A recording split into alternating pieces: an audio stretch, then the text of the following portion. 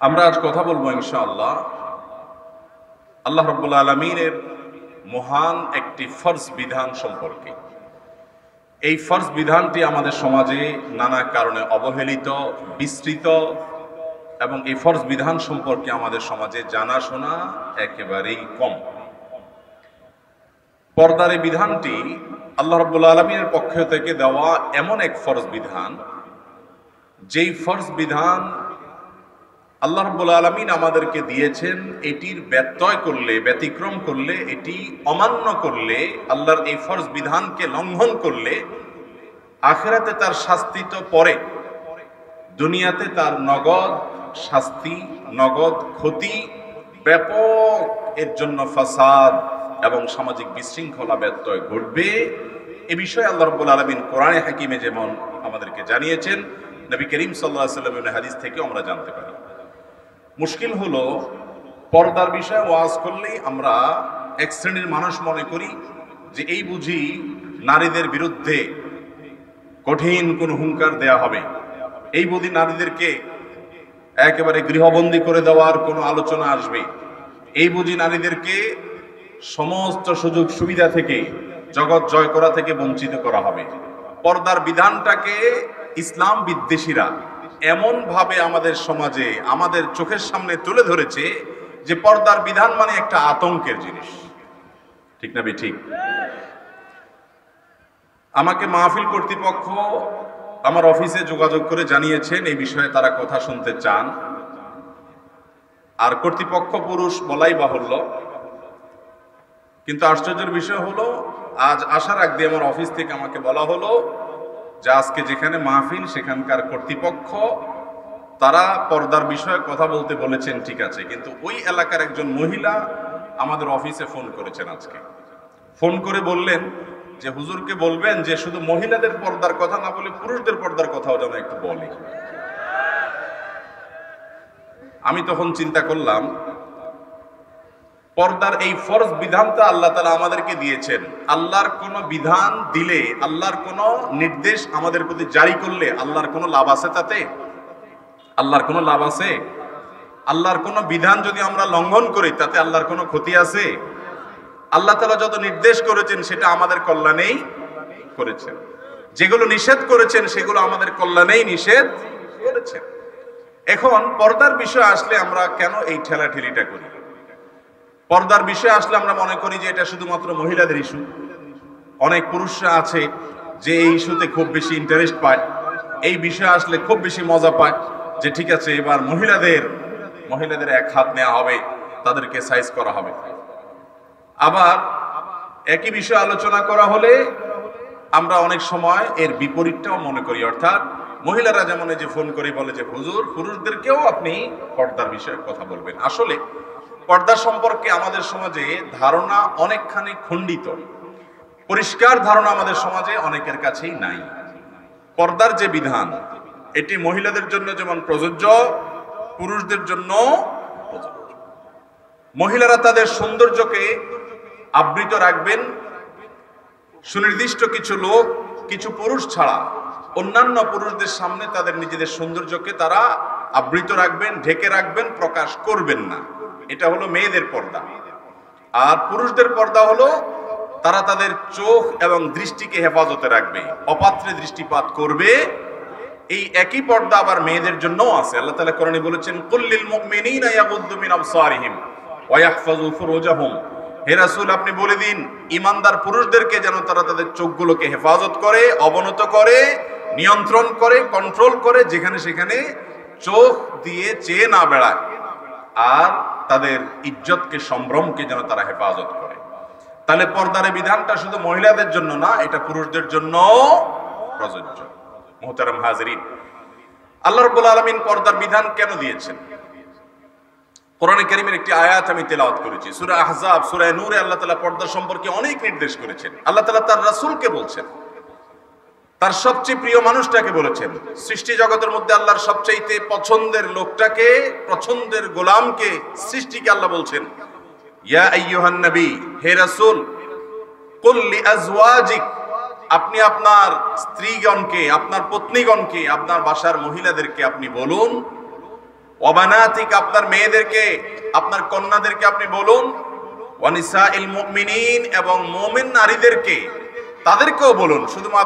শুধুমাত্র আপনার পরিবারের মহিলা না, বরং আপনার পরিবারের বাইরের সব মহিলাদেরকে আপনি বলুন কি, ইউদনিনা আলাইহিন্না মিন জালাবিবিহিন, যেন তারা তাদের মাথার উপরের কাপড়টাকে টেনে দেয়, তাদের মাথার উপরের ওড়নাটাকে, কাপড়টাকে যেন তারা টেনে দেয়। কেন টেনে দিবে? যালিকা আদনা আইয়ুরাফনা, যাতে করে বোঝা যায় এটা কোনো বাজারে মহিলা না, এটা সম্ভ্রান্ত মুসলিম নারী। সে তার ইজ্জত, সে তার সম্ভ্রম, এগুলোর ব্যাপারে যথেষ্ট আত্মসম্মান বোধ সম্পন্ন। ফালা ইউযাইনা, তাহলে তাদেরকে কেউ উত্ত্যক্ত করবে না, তাদেরকে উত্ত্যক্ত করতে পারবে না, তারা নিরাপদে থাকবে, তারা সেফটির মধ্যে থাকবে। পর্দার এই বিধানটা একজন নারীর জন্য ইজ্জতের ব্যাপার, সম্ভ্রমের ব্যাপার। আমরা যেটাকে মনে করি এটা বোধহয় নারীর উপর একটা বোঝা, আমরা অনেকে মনে করি এটা বোধহয় নারীর জন্য বন্দি দশা, আমরা অনেকে মনে করি এটা বোধহয় নারীর প্রতি অবিচার, আমরা অনেকে মনে করি এটা বোধহয় নারীকে থামিয়ে দেওয়া। মুহতারাম হাজিরিন, আল্লাহ রাব্বুল আলামিন নারীকে সৃষ্টি করেছেন এমন করে যে পরপুরুষের দৃষ্টি যদি তার প্রতি হয়, তার সৌন্দর্য যদি অবলোকন করে, তাহলে তার মনের মধ্যে বাজে আকাঙ্ক্ষা জাগ্রত হবে, এবং সে আকাঙ্ক্ষা জাগ্রত হওয়াটা সময়ের ব্যাপার মাত্র, এটা আরো অনেক দূর যেতে পারে। এই জন্য আল্লাহ তাআলা পর্দার বিধানটাকে ফরজ করে দিয়েছেন। এটা আমাদের কল্যাণার্থে, যাতে পুরুষরা তাদের চরিত্রকে হেফাজত করতে পারে, নারীরা যাতে সেফে থাকতে পারে, নিরাপদে থাকতে পারে, সমাজে যাতে নারী ঘটিত অপরাধ, যৌনতা সংশ্লিষ্ট অপরাধগুলো যেন সমাজে কমে, সেজন্য আল্লাহ তাআলা বিধান দিয়েছে। যারা পর্দাকে প্রগতির পথে, উন্নতির পথে, উৎকর্ষের পথে অন্তরায় এবং বাধা মনে করে, সেই সকল অমুসলিম দেশগুলোতে চলেন আমরা একটু দেখে আসি কি অবস্থা। দুনিয়ার যত অমুসলিম প্রধান দেশ আছে, বিশেষ করে আমরা যাদেরকে আইডল মনে করি, যাদেরকে আমরা আমাদের আদর্শ মনে করি, আমরা যাদেরকে মনে করি যে এদের দিকে তাকিয়ে তাকিয়ে চলতে পারলে আমরা উন্নতির শিখরে পৌঁছতে পারবো, যাদেরকে আমরা উন্নত বলি এক কথায়, সেই উন্নত, সেই তথাকথিত শিক্ষিত সভ্য সমাজগুলোর দিকে তাকান, ইউরোপ আমেরিকার দিকে তাকান, সেখানে মানুষ আমাদের তুলনায় অনেক বেশি জাগতিক দৃষ্টিকোণ থেকে শিক্ষিত, তারা অনেক দিক থেকে আমাদের চাইতে আসলেও ভালো, তাদের সামাজিক অনেক সৌন্দর্য আছে যেগুলো আমাদের নাই। ইসলাম করতে বলেছে, আমরা করি না, সেগুলো তারা করে।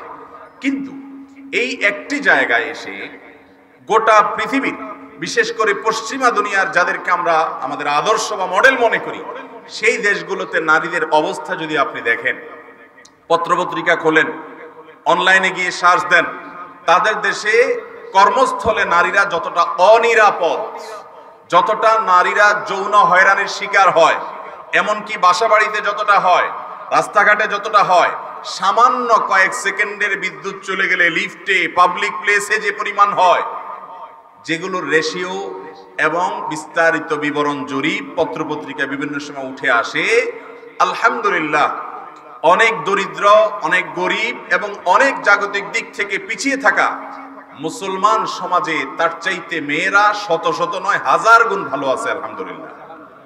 ঠিক না বে ঠিক? মুহতারাম হাজিরিন, এর একমাত্র কারণ হলো পর্দা, এছাড়া আর কোনো কারণ নাই।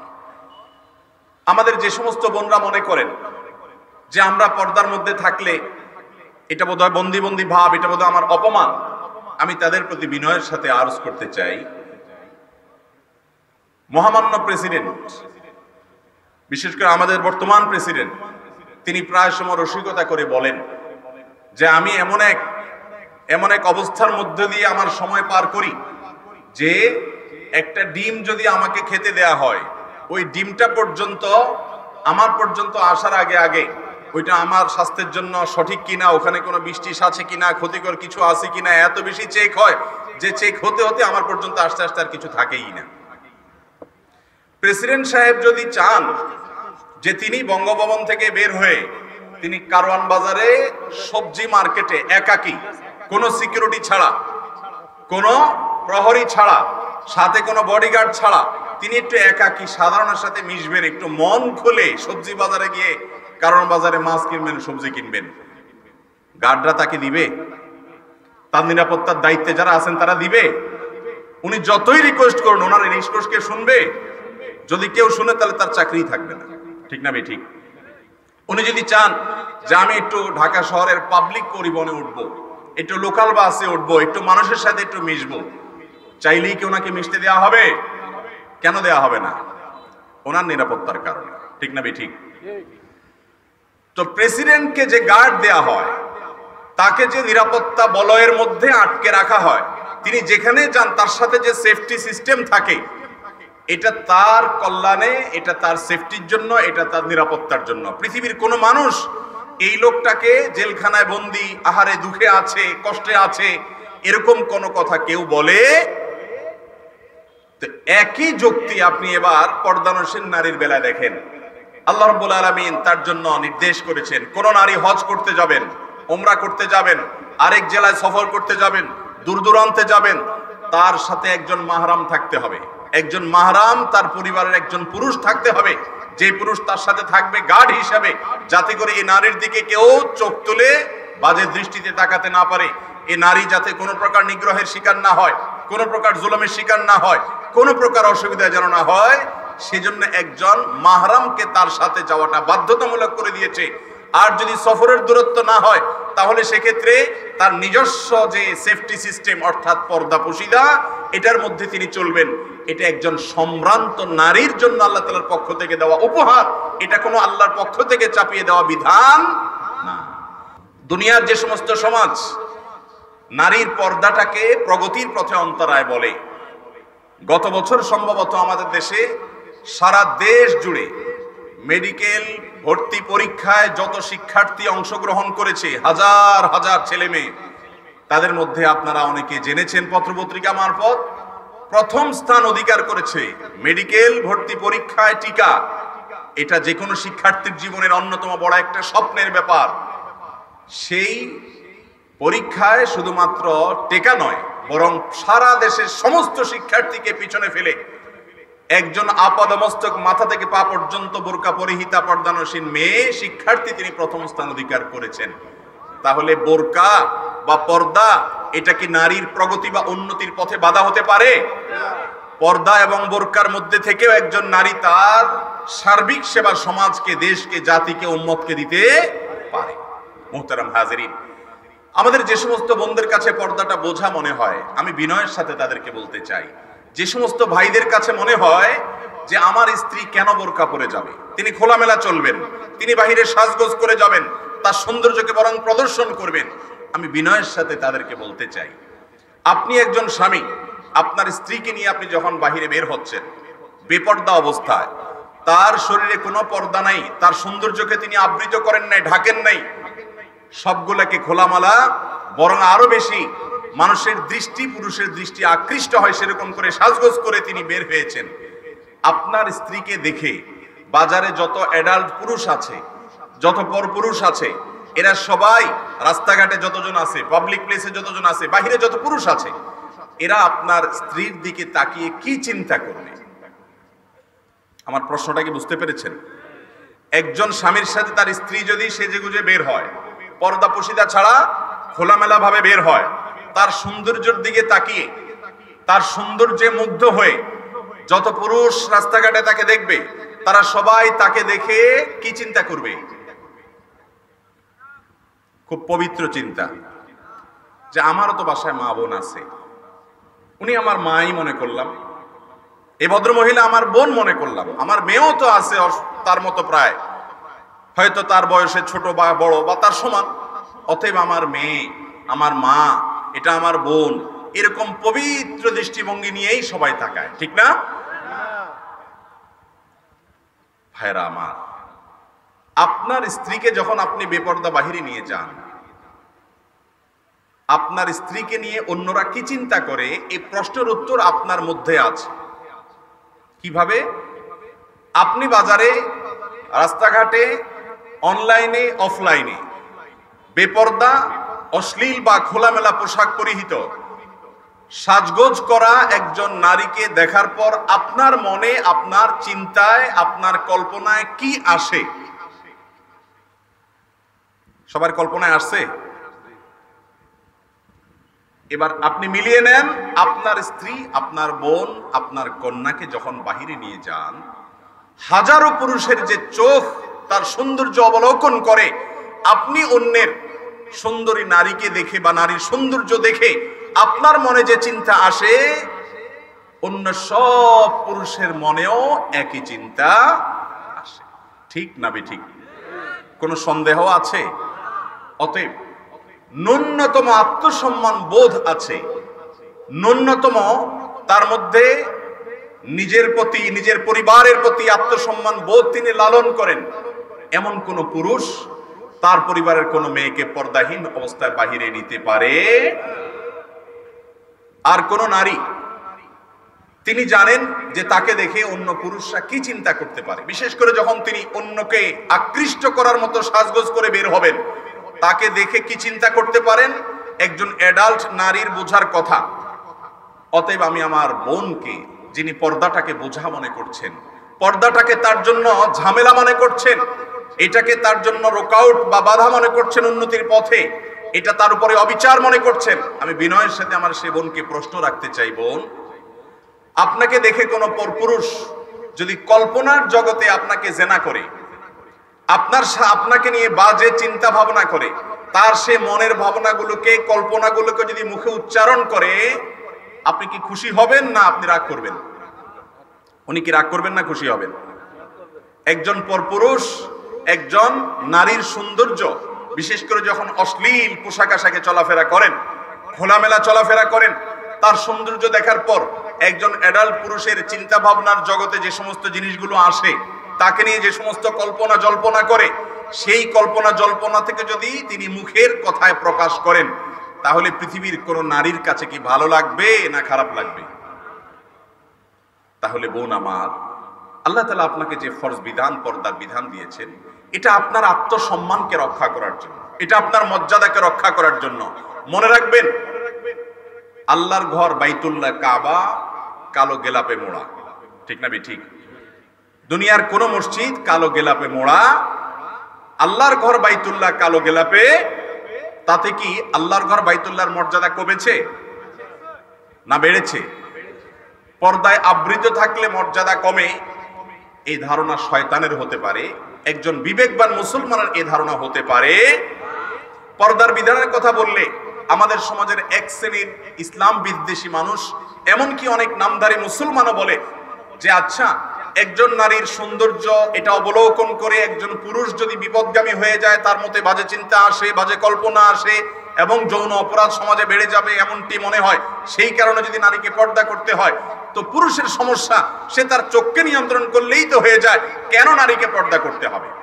এটা অনেকে বলে না যে পুরুষ তুমি তোমার চোখগুলো কন্ট্রোল করো, তোমরা সকল পুরুষরা যদি চোখগুলোকে, তাদের দৃষ্টিগুলোকে নিয়ন্ত্রণ করে, তাহলে নারীরা স্বাধীনভাবে চলতে পারে। তোমার চোখকে নিয়ন্ত্রণ করতে তুমি না পেরে আমার উপরে বোরকা চাপিয়ে কেন দিবা? এরকম যুক্তি অনেকে দেয় না? তাদের প্রতি বিনয়ের সাথে আমার প্রশ্ন পাল্টা, আচ্ছা, আমাদের সমাজে ব্যাংক থেকে যখন আপনি টাকা পয়সা নিয়ে বের হন, ধরেন আপনি 10 লাখ 20 লাখ টাকা ব্যাংক থেকে ক্যাশ টাকা উত্তোলন করলেন, এই টাকা নেওয়ার সময় আমরা কি করি? একেবারে স্বচ্ছ যে পলিথিন গুলো আছে, গ্লাসের মতো এক পাশ থেকে আরেক পাশ দেখা যায়, টাকাগুলো সব সেরকম পলিথিনে নিয়ে এরকম হাতে ধরে আমরা এরকম হাত ঢুলাতে ঢুলাতে আমরা সেই টাকা নিয়ে বাড়িতে যাই ব্যাংক থেকে, তাই না? তাহলে কি করি? ব্যাংকের ওই ক্যাশিয়ারকে বলি, ভাই ব্যাগ দেন, তখন উনি একটা ব্যাগ দেয়, এমন ব্যাগ, এমন প্যাকেট, যে প্যাকেটের উপর থেকে ভেতরে কিছু দেখা যাওয়ার প্রশ্নই। আবার বাড়ি থেকে যাওয়ার সময় আরেকটা কালো ব্যাগ বা অন্য কোনো কালারের ব্যাগ নিয়ে যান, চেইনেলা ব্যাগ নিয়ে যান, কাপড়ের ব্যাগ নিয়ে যান, সেটাতে আবার ওটা ভরেন। এরপরে ওইটাকে এমন ভাবে নিয়ে যান যেন আপনার সাথে কোনো টাকা পয়সা নাই, বরং আপনি বোধহয় বাজার থেকে কাঁচামরিচ কিনে নিয়ে যাচ্ছেন, এরকম একটা ভাব নিয়ে যাই না আমরা? কেন এরকম কেন করতে হবে? টাকার প্রতি মানুষের লোভ হয় এবং লোভের কারণে অনেকে বিপদগামী হয়ে চুরি করতে পারে, অনেকে ডাকাতি করতে পারে, অনেকে এই টাকাটা ছিনতাই করতে পারে, যাতে করে আমার এই টাকাটা সে নিয়ে যেতে না পারে। যাতে এটাকে আমি নিরাপদে বাসায় নিয়ে যেতে পারি। সেজন্য আমি এটাকে ব্যাগের ভিতরে ভরে, এটাকে আবৃত করে, এটাকে ঢেকে ঢুকে, এটা যাতে বোঝা না যায়, এটা যাতে দেখা না যায়, সেভাবে নিয়ে যাই। ঠিক না?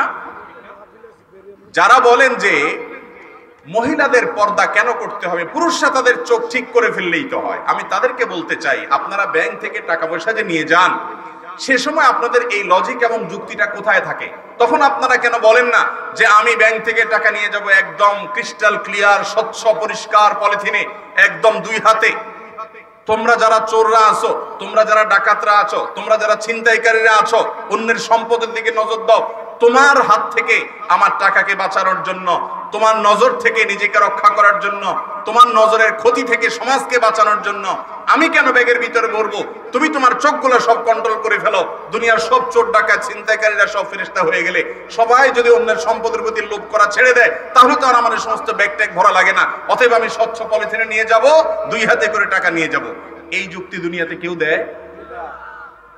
দুনিয়ার ব্যাপারটা আমরা খুব ভালো বুঝি, দুনিয়ার ব্যাপারটা আমরা খুব ভালো বুঝি, যার কারণে পর্দার এই বিধানটা আসলেই আমরা সেখানে প্রশ্ন তুলি। ভাইরা আমার, এই জন্য আল্লাহ রাব্বুল আলামিন বলেছেন যালিকা আদনা আন ইউরাফ। আপনারা অনেকে জানেন এই আয়াতের তাফসীরে অনেক মুফাসসিরগণ লিখেছেন, ইসলামের ইতিহাসে এই আয়াত যখন নাজিল হয় প্রিয় নবী সাল্লাল্লাহু আলাইহি সাল্লামের সময়ে, তখন স্বাধীন সতী সাধ্বী নারী যারা, সম্ভ্রান্ত নারী যারা, মুসলমান নারী যারা, তারা সাধারণত নিজের সৌন্দর্যকে আবৃত করে ঢেকে ঢুকে তারা বের হতেন। আর এর বিপরীতে সমাজে যারা কৃতদাসী ছিলেন, কাজের লোক হিসেবেই যারা পরিচিত ছিলেন, প্রতিষ্ঠিত ছিলেন, এবং সাধারণ কাজের লোক নয় বরং কৃতদাসী ছিলেন, এই টাইপের মানুষগুলো তারা পর্দা করতো না। তারা পর্দা করতো না, পর্দা করতে হলো যারা স্বাধীন তারা। এই জন্য আল্লাহ বলেছেন যালিকা আদনা আন ইউরাফনা, তোমরা যদি পর্দা করে চলো তাহলে বোঝা যাবে এটা বাজারে কোনো মেয়ে না, এটা কোনো আত্মসম্মান বোধহীন, এটা কোনো ন্যূনতম লাজ লজ্জাহীন কোনো নারী নয়, এটা সম্ভ্রান্ত একজন নারী, এটা বোঝা যাবে। মোহতারাম হাজিরিন, পর্দার এই বিধান আল্লাহ তাআলা আমাদেরকে কেন দিয়েছেন? আল্লাহ বলেছেন যালিকুম আতহারু লিকুলুবিকুম ওয়া কুলুবিহিন, পর্দার এই বিধানটা মেনে চললে, পুরুষরা তোমাদের নজরকে হেফাজত করলে, মেয়েরা তাদের সৌন্দর্যকে যত্রতত্র প্রকাশ করে না বেড়ালে, সেটাকে আবৃত রাখলে, তোমাদের পুরুষদের অন্তরগুলো যেরকম পবিত্র থাকবে, মেয়েদের অন্তরগুলো পবিত্র থাকবে। আজ আপনি যেদিকে তাকান, যুবকদেরকে বিশেষ করে তাদের চরিত্রকে নষ্ট করার সকল উপাদান প্রস্তুত করে রাখা হয়েছে। বিজ্ঞাপন, সেখানে নারীকে এমন ভাবে উপস্থাপন করা হচ্ছে যে একজন যুবক নিজেকে কন্ট্রোল করা কঠিন। একইভাবে প্রতিটা ক্ষেত্রে, প্রতিটা স্তরে, প্রতিটা বিষয়ে নারীকে এমন ভাবে উপস্থাপন করা হচ্ছে যে পুরুষ সেখানে নিজেকে নিয়ন্ত্রণ করা, বিশেষ করে তরুণ সমাজ নিজেকে নিয়ন্ত্রণ করার কোন পথ খোলা, চাইলেও নিজেকে পরিচ্ছন্ন রাখতে পারে না। আল্লাহ তাআলা বলেছেন যালিকুম আতহারু লিকুলুবিকুম ওয়া কুলুবিহিন, পর্দার বিধান এই জন্য দেওয়া হয়েছে যে এটা তোমাদের এবং নারীদের উভয়ের অন্তরকে পবিত্র রাখবে, পরিচ্ছন্ন রাখবে, নোংরামো থেকে বাঁচাবে। আপনি যদি বলেন না কোন নারীকে দেখে তো আমার বাজে চিন্তা হয় না, নোংরা কল্পনা আসে না, হুজুর আপনি যেভাবে বললেন আমার তো এরকম আসে না, আমি বলবো হয়তো আপনার এখন আসছে না, কিন্তু আসবে। কোন নারীর প্রতি আপনার প্রথম দর্শনে খারাপ নজর আসছে না, খারাপ চিন্তা আসছে না, বাজে কল্পনা আসছে না, আসবে, আসতে বাধ্য। যেখানে খারাপ চিন্তা আসার রাস্তা খোলা আছে, সেখানে যদি আপনি হাত দেন, আপনি অ্যাক্সিডেন্ট করবেন। বিদ্যুতের একটা লাইন আছে, হাই ভোল্টেজের লাইন, এখানে এই মুহূর্তে বিদ্যুৎ নাই, আপনি জানেন এখন বিদ্যুৎ নাই, তারপর আপনি হাত দিবেন না কেন? যেই কোনো মুহূর্তে বিদ্যুৎ আসতে পারে, যদি এসে যায় তাহলে আপনি ছারখার হয়ে যাবেন, এটা আপনি জানেন, সেজন্য বিদ্যুৎ না থাকলেও হাত দিবেন না। কোন পরনারীর দিকে তাকানোর পর আপনার মনে হয়তো বাজে চিন্তা ওই মুহূর্তে আসছে না, কিন্তু এক সময় আসবে। যদি পর্দাহীনতাকে আপনি কন্টিনিউ করেন, আপনি নিজেকে রক্ষা করতে পারবেন না। এটা হাই ভোল্টেজের লাইনের মতো, আপনি পথভ্রষ্ট হতে, ধ্বংস হতে বাধ্য, আপনি রক্ষা হতে পারবেন না। অতএব নিরাপত্তার এই সিস্টেমটাকে, পর্দার বিধানটাকে যদি না মানেন, তাহলে সমাজ কোন সুস্থ ধারায় ফিরে আসতে পারে। সব জায়গায় যুবকদের নষ্টের সকল আয়োজন রাখবেন। নাটক মানেই হলো যৌনতা, বিজ্ঞাপন মানেই হলো যৌনতা, বিনোদন মানেই হলো যৌনতা, শিক্ষা প্রতিষ্ঠান যৌনতা, বাজারঘাট যৌনতা, পেপার পত্রিকা খোলেন যৌনতা, টেলিভিশন চ্যানেল খোলেন যৌনতা, চতুর্দিকে যৌনতার হাতছানি। এবং নারীদেরকে পণ্য হিসাবে ব্যবহার করছেন, তাদেরকে স্বাধীনতার নাম দিয়ে, তাদেরকে অধিকার দেওয়ার নাম করে, তাদের অধিকার হরণ করে, তাদেরকে পণ্যের মতো, সাধারণ টাকা দিয়ে কেনা বস্তুর মতো করে তাদেরকে আপনি উপস্থাপন করছেন। তাদের সৌন্দর্য অবলোকন করে করে পুরুষ তার চোখ দিয়ে জেনা করছে, জেনাল আইনান নজর, এই ব্যবস্থা রেখে, চতুর্দিকে জেনার ব্যবস্থা রেখে এরপরে বলবেন যুবকরা ইফটিজিং করবা না, এরপরে বলবেন যুবকরা খারাপ কাজ করবা না, এরপরে বলবেন যুবকরা মেয়েদের দিকে চোখ তুলে তাকাবে না, এরপরে বলবেন যুবকরা ধর্ষণ করবে না। এটা হলো বেল গাছ লাগাইয়া আম গাছের আশা করা। আপনি বেল গাছ লাগায় যদি বলেন আম হোক, হবে কোনোদিন? এই সমাজে যদি যৌন হয়রানি কমাতে হয়, এই সমাজে যদি ধর্ষণ ইফটিজিং বন্ধ করতে হয়, এই সমাজে যদি নারীকে উত্ত্যক্ত করার হাত থেকে রক্ষা করতে হয়, পর্দার বিধান মেনে চলার বিকল্প কোন পথ এই দুনিয়ার কোন মানুষের কাছে থাকতে পারে? যিনি সৃষ্টি করেছেন তিনি জানেন নারীকে কিভাবে সৃষ্টি করেছেন, যিনি সৃষ্টি করেছেন তিনি জানেন পুরুষের ভিতরে কি দিয়ে সৃষ্টি করেছেন। অতএব তিনি বলেছেন যে মেয়েরা তাদের সৌন্দর্যের পর্দা করবে, পুরুষরা তাদের চোখের পর্দা করবে। এই দ্বিপাক্ষিক প্রচেষ্টার মধ্যে একটা সমাজের কল্যাণ নিহিত আছে, একটা সমাজ সুস্থ ধারার মধ্যে চলবে। অতএব আল্লাহর এই ফরজ বিধান পর্দা মেনে চলবো তো ইনশাআল্লাহ। আল্লাহ রাব্বুল আলামিন কুরআনে হাকিমে স্বয়ং নবী পরিবারের নারীদেরকে লক্ষ্য করে বলছেন যে ইউরিদুল্লাহু লিইউযহিবা আনকুমুর রিজসা আহলাল বাইত ওয়া ইউতাহহিরাকুম তাতহীরা। পর্দার এই বিধান আল্লাহ দিয়েছেন কেন? কারণ হে আহলে বাইত, হে নবী পরিবারের সদস্যরা, নবী পরিবারের মেয়েরা, তোমাদের জন্য পর্দার এই বিধান আল্লাহ এই জন্য দিয়েছেন। আল্লাহ চান কোন প্রকার নোংরামও যেন তোমাদেরকে স্পর্শ করতে না পারে, তোমরা যেন পরিচ্ছন্ন এবং পবিত্র থাকতে পারো, সেজন্যই এই বিধান দিয়েছে। মোহতারাম হাজরিন, পরিপূর্ণ পর্দা মেনে চলে যে ফ্যামিলি, পরিপূর্ণ পর্দায় চলে যে নারী, যে পুরুষ নিজেকে নিয়ন্ত্রণ করে চলে, সেই নারী যৌন নিগ্রহের শিকার হয়, সেটা কালে ভদ্রে, সেটা হয় অ্যাক্সিডেন্টলি। আমাদের সমাজে এক শ্রেণী মানুষ বলবে যে অনেক মাদ্রাসার ছাত্রীও তো যৌন নিগ্রহের শিকার হয়, সে তো বোরকায় চলেছিল, সে তো হাতমোজা পামোজা পরেছে, সে তো তার সৌন্দর্যকে ঢেকে ঢুকে চলেছে, তারপরও কেন সে যৌন নিগ্রহের শিকার হলো? আমরা বলি এর জবাব হলো দুটি। প্রথম কথা হলো যে এই ধরনের ঘটনার রেশিও কিরকম। বাংলাদেশে যত নারী যৌন নিগ্রহের শিকার হয়, ইফটিজিং এর শিকার হয়, যত মেয়েদের প্রতি যৌন এবং পাশবিক নির্যাতনের, তাদের মধ্যে পর্দানসীন নারীদের পার্সেন্টেজ বের করে আনলে শতকরা 5% পাওয়া কঠিন হবে। ঠিক না ঠিক? যদি কোনো নারী শুধুমাত্র নামকে আসতে বোরকা পরে, অনেক বোরকা আছে, এই বোরকা পরেও মানুষ বেপর্দা থাকতে পারে, ওই টাইপের বোরকা যদি পরে তাহলে সে এই ধরনের পরিস্থিতির শিকার হতে বাধ্য। আর যদি বলেন সম্পূর্ণ খালেস পর্দা করেছে, পিওর পর্দা করেছে, নির্ভেজাল পর্দা করেছে, এর পরেও ঝামেলা হয়েছে, এরকম ঘটনা ঘটেছে, তাহলে আমি বলবো তার কারণ হলো যেই যুবকের দ্বারা এই মেয়ে টিজের শিকার হয়েছে, উত্ত্যক্ত হয়েছে, এই মেয়ে নির্যাতনের মুখোমুখি হয়েছে, ওই যুবকের হিস্ট্রি আপনি দেখেন, আমি শতভাগ হলফ করে নিশ্চিত করে বলতে পারি, ওই যুবক বিজ্ঞাপনে, বিলবোর্ডে কোন উলঙ্গ নারী দেখে, নাটক সিনেমাতে কোন নারীর সৌন্দর্যের উন্মুক্ত প্রদর্শন দেখে এবং রগরগে বিবরণ অনলাইনে পড়ে, অফলাইনে দেখে, এরকম বিভিন্ন জায়গায় দেখে তার ভেতরকার যে যৌন আকাঙ্ক্ষা সেটা অনিয়ন্ত্রিত হয়ে গেছে, পশুর মতো হয়ে গেছে। সে নিজেকে নিয়ন্ত্রণ করতে না পেরে যাকে দুর্বল পেয়েছে, যাকে হাতের কাছে পেয়েছে, তার উপরে সে চড়াও হয়েছে। অতএব এই মেয়ে না নিগৃহীত হওয়ার জন্য তার এই পোশাক দায়ী নয়, বরং এই মেয়ে নিগৃহীত হওয়ার জন্য গোটা সমাজ যে যুবককে নষ্ট করেছে, যে যুবককে নিয়ন্ত্রণহীন করেছে, যাকে অন্যায় এবং পাপাচারের জন্য প্ররোচিত করেছে, সেই সিস্টেমটাই হলো এর জন্য দায়ী। আমি যদি ভুল না করে থাকি, তাওয়াক্কুল কিরমান ইয়েমেনের একজন নারী, তাকে সাংবাদিকরা প্রশ্ন করেছেন, আপনি অনেক শিক্ষিত, অনেক সম্ভ্রান্ত, অনেক পদক আপনি জিতেছেন দুনিয়াতে, আপনি কেন এই পর্দা, পোশাক আশাক, কাপড় চোপড় এগুলো পরিধান করেন? তারা মনে করে যে মেয়েরা কাপড় চোপড় ফেলে দিলে, সংক্ষেপ করে ফেললে উন্নত হয়ে যাবে। তখন তিনি চমৎকার এক জবাব দিয়েছিলেন। তিনি বলেছিলেন যে দেখেন, পশুরা সাধারণত পোশাক আশাক পরে না। আমরা জানতাম যে একসময় মানুষ পোশাক আশাক পরতে জানতো না।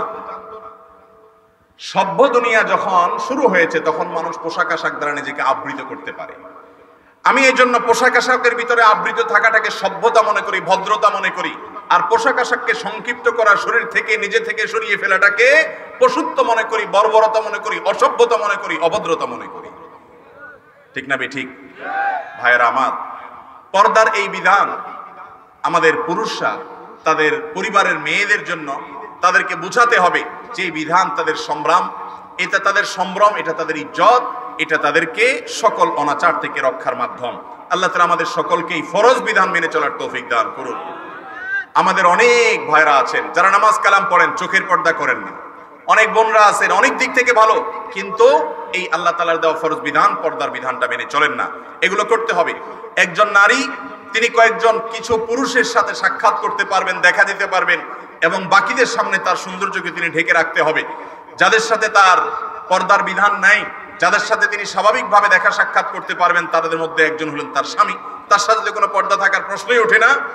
এর বাইরে হলো তার বাবা, তার দাদা, তার নানা, এভাবে পরবর্তী পুরুষ যারা আছেন তারা, তার চাচা, তার মামা, তার ভাই, তার ছেলে অথবা ছেলে অথবা মেয়ের সন্তান যারা তারা, পরবর্তী অধস্তন যারা তারা, তারপর তার ভাতিজা, তার ভাগ্নে, তার শ্বশুর, তার দুধ ভাই, দুধ চাচা, দুধ মামা, দুধ সম্পর্কীয় দাদা, দুধ সম্পর্কীয় নানা, দুধ সম্পর্কীয় ছেলে, এবং অনেক বয়োবৃদ্ধ, এত বয়স্ক বৃদ্ধ হয়ে গেছে যে তার মধ্যে মেয়েদের নিয়ে বাজে কল্পনা করার কোনো সুযোগ নেই।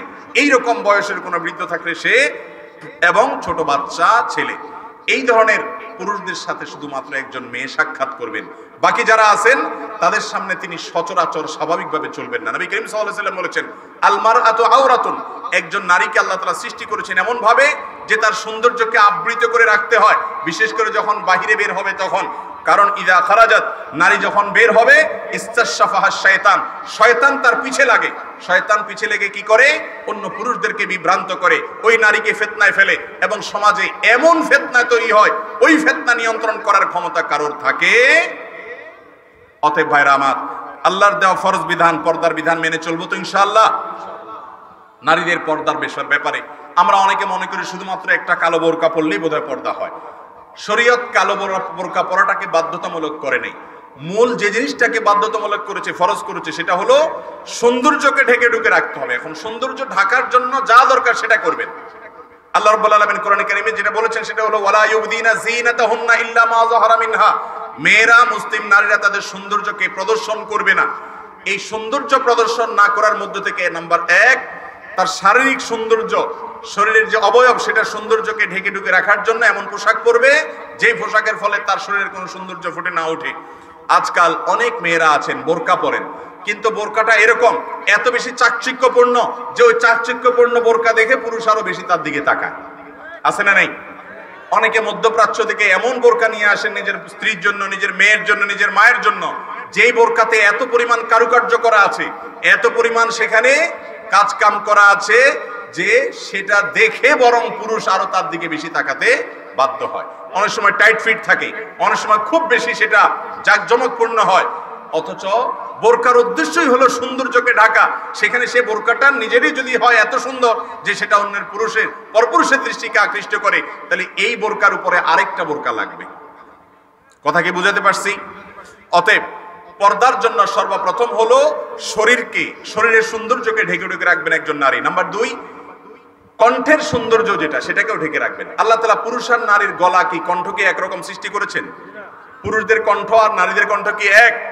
নারীর কণ্ঠে আল্লাহ তাআলা যে কোমলতা দিয়েছেন, পুরুষের কণ্ঠে সে কোমলতা দিয়েছেন? দেন নাই। অতএব আল্লাহ রাব্বুল আলামিন এই যে পার্থক্য রেখেছেন, সেই জন্য নারী তার কোনো প্রয়োজনে পুরুষের সাথে কথা বলবেন, পুরুষ কোনো প্রয়োজনে নারীর সাথে কথা বলতে পারেন, এটা নিষেধ নয়। আল্লাহ তাআলা বলেছেন যে ওয়াইদা সাআলতুমুহুন্না মাতাআন ফাসআলুহুন্না মিন ওয়ারা'i হিজাব, মেয়েদের কাছে তোমরা যদি কিছু চাও তাহলে পর্দার আড়াল থেকে চাইবা, ডাইরেক্ট যায় চাইবা না। এবং আল্লাহ তাআলা আরো বলেছেন যখন তারা কথা বলবে তখন তারা কণ্ঠকে কোমল করে কথা বলবে না।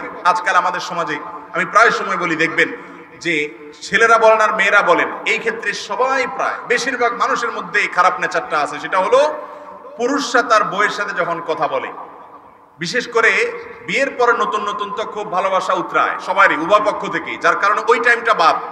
ধরেন 2-5 বছর পার হয়ে গেছে বিয়ের, এরপরে পুরুষরা বউয়েদের সাথে কথা বলার সময় কিভাবে কথা বলে? কর্কশ ভাষায় কথা বলে। ঠিক না ঠিক? মনে করেন আপনি কোনো কাপড়ের দোকানদার, আপনার দোকানে মহিলা কাস্টমার আসছে, এর মধ্যে আপনার বউ ফোন দিছে। ফোনটা ধরে প্রথম কি বলে? বলে যে তুমি সময় অসময় বুঝো না, কি জন্য ফোন দিছে, দরকার কিছু বলবা, আমার কাস্টমার আছে রাখি। এরপর মোবাইলটা রাখি, ওই সামনে থাকা পরনারী, যে মহিলার সাথে পর্দা করা ফরজ, যার সাথে কোমল কণ্ঠে কথা বলা ঠিক না, জায়েজই না, তার সামনে এবার বলবে আপা সরি, কিছু ফোনে ডিস্টার্ব করে ফেলছে, আপা কি লাগবে বলেন, এই চেয়ারটা দাও, আপারে বসাও, পানি দাও। এরকম কোমল কথা বলে কি বলে না? আবার একইভাবে ওই মহিলাকে দেখবেন যখন স্বামী আসছে বা স্বামী ফোন দিছে, তো একইভাবে হয়তো বেশিরভাগ মানুষ এরকম, সবাই যেরকম তা না, দেখবেন যে ফোন ধরার পরে স্বামীকে একটা ঝাড়ি দিয়া বলবে যে তোমার বাইরে কোনো কাজ কাম নাই, আমি ঘরে বেকার বসে থাকি, একটু পর পর ফোন, একটু পর পর ফোন, একসাথে বললে কি হইতো, এতবার ফোন দিচ্ছ, একটা ঝাড়ি লয় কি লয় না?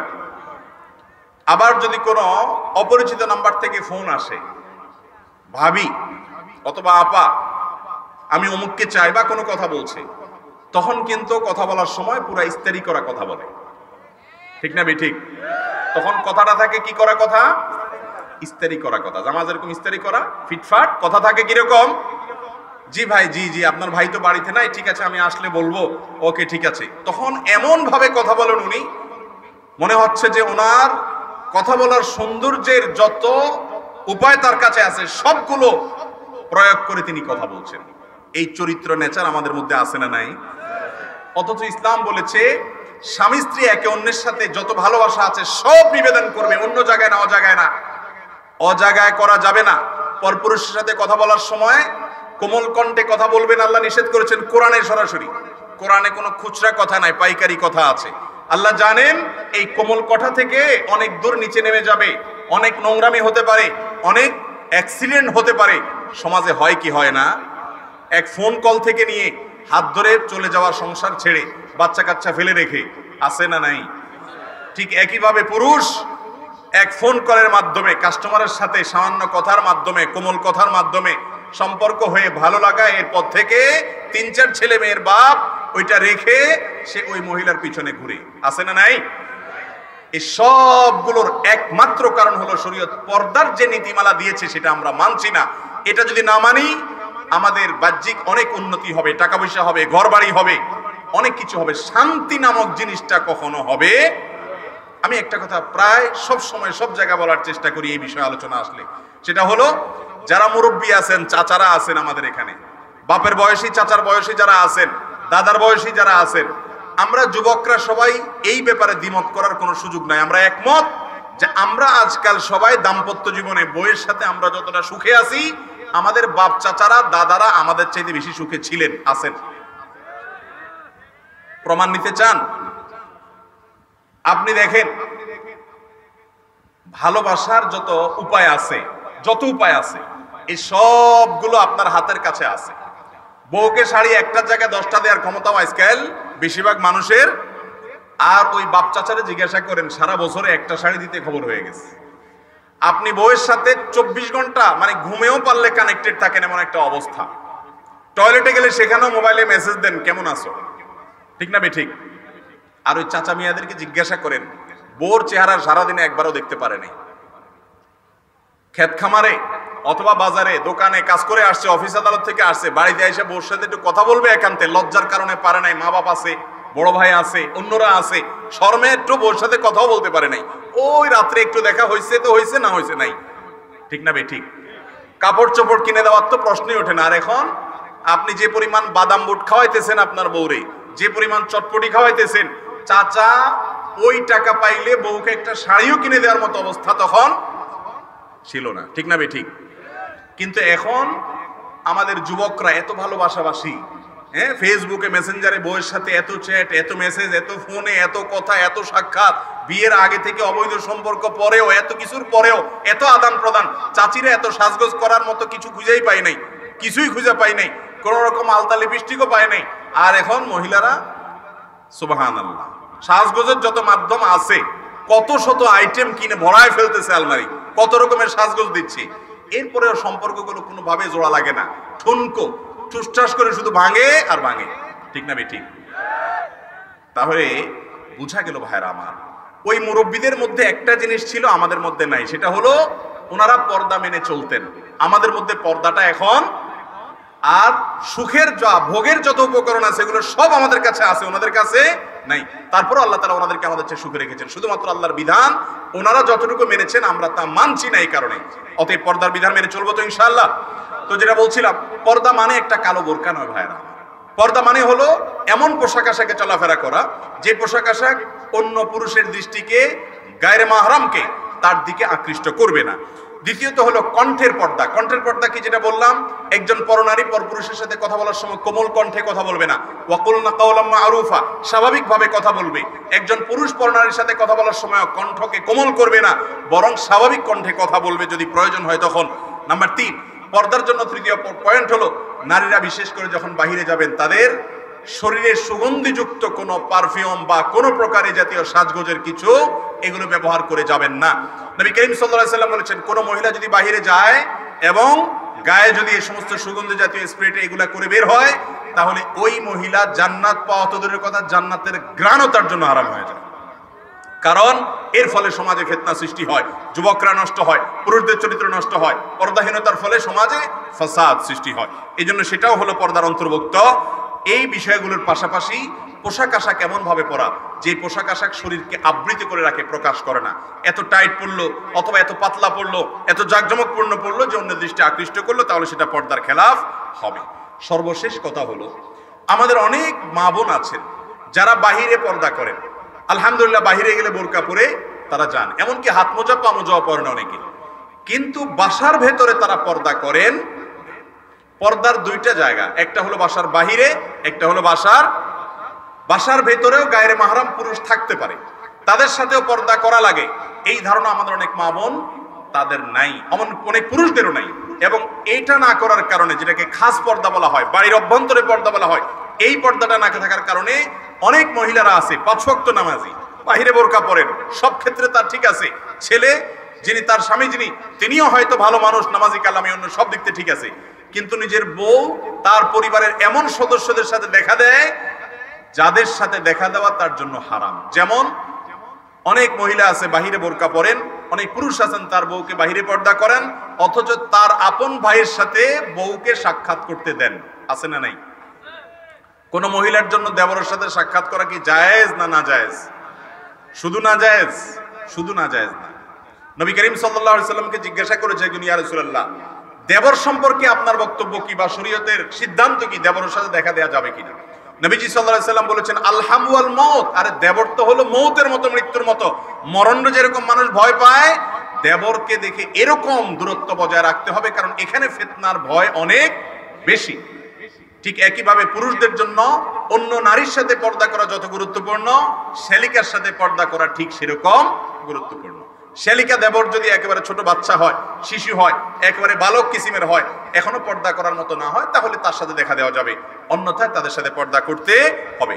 এবং এর পাশাপাশি বাসা বাড়িতে যাদের সাথে পর্দা করতে হবে তারা হলেন কোন মহিলা, তার ননদের যে ছেলেরা আছে তারা যদি প্রাপ্তবয়স্ক হয়ে যায়, তাদের সাথে মামির পর্দার বিধান আছে। অথচ আমাদের সমাজে অনেকে মামির সাথে ওই যে আপনার ননদের যে ছেলেরা আছে তাদের সাথে পর্দা অনেকে করেন না। ঠিক একইভাবে কোন নারী তার স্বামীর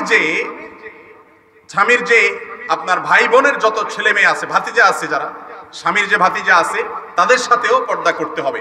অনেক মহিলা আছেন যে তিনি চাচি, যেই ছেলের চাচি ওই ছেলের সাথে তিনি পর্দা করছেন না, মনে করেন চাচির সাথে পর্দা চলে না, অথচ চাচির সাথে পর্দা করা ফরজ, মামির সাথে পর্দা করা ফরজ। অতএব দেবরের বা ভাসুরের ছেলে যদি পর্দার উপযুক্ত হয় তার সাথে পর্দা করতে হবে। ননদের যদি ছেলে হয় পর্দার উপযুক্ত, তার সাথে পর্দা করতে হবে। ননদের স্বামী যদি হয় তার সাথে পর্দা করতে হবে। একইভাবে স্বামীর ভগ্নিপতি, তার সাথেও কি করতে হবে? পর্দা করতে হবে।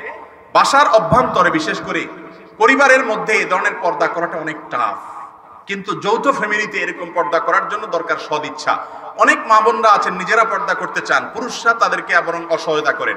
অনেক মুরব্বীরা আছেন, দাড়ি পাকা মুরব্বী, 5 ওয়াক্ত নামাজ পড়েন, ওনার বৌমা তারই ছেলের সাথে, দেবরের সাথে পর্দা করতে চায়, কিন্তু তিনি দেন না, বরং বাধা দেন। আছে না নাই?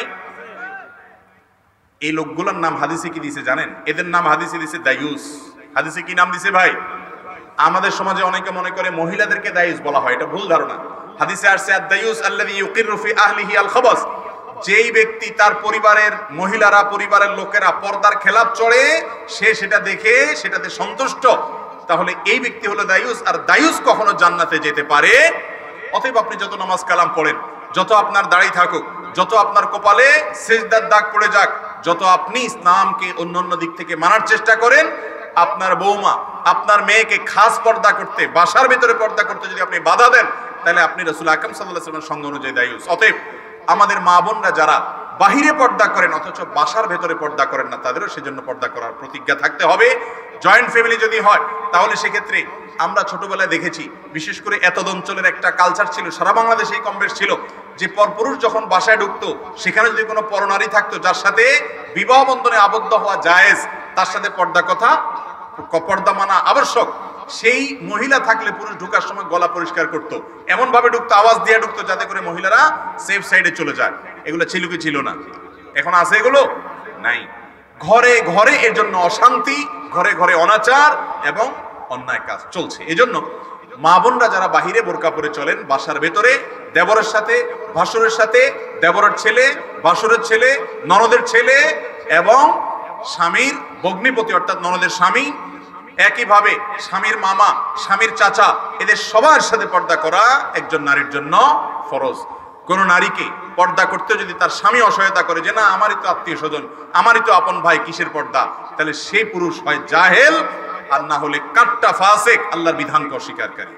আল্লাহ তাআলা আমাদের সকলকে বাসার ভেতরে, বাসার বাহিরে, সব জায়গায় আল্লাহর এই গুরুত্বপূর্ণ ফরজ বিধানকে মেনে চলার তৌফিক দান করুন। সবাই চেষ্টা করবো তো ইনশাআল্লাহ।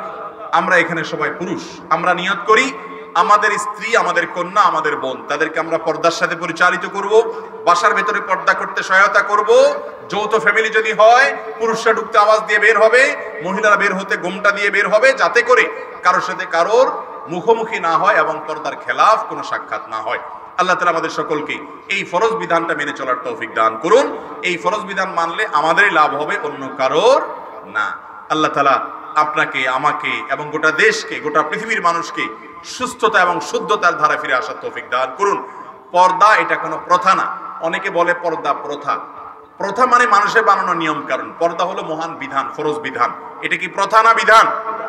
অতএব আল্লাহর বিধান মানা এটা ফরজ। আল্লাহ তাআলা আমাদের সবাইকে আমলের তৌফিক দান করুন। জাযাকুমুল্লাহু খাইরান।